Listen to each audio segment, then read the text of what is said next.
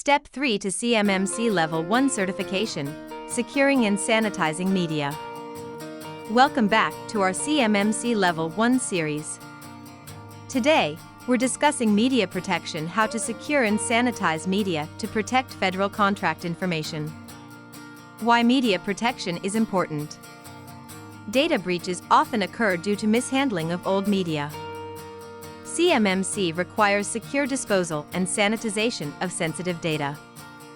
Tools for media sanitization.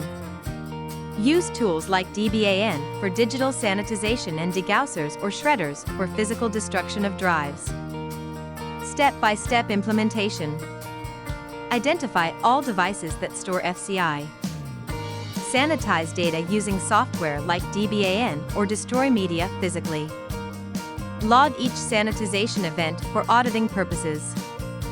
By protecting your media, you close a major security gap. In the next video, we'll focus on physical security measures. Don't miss the next steps in your CMMC Level 1 certification journey. Subscribe now and stay ahead with expert guidance to achieve full compliance.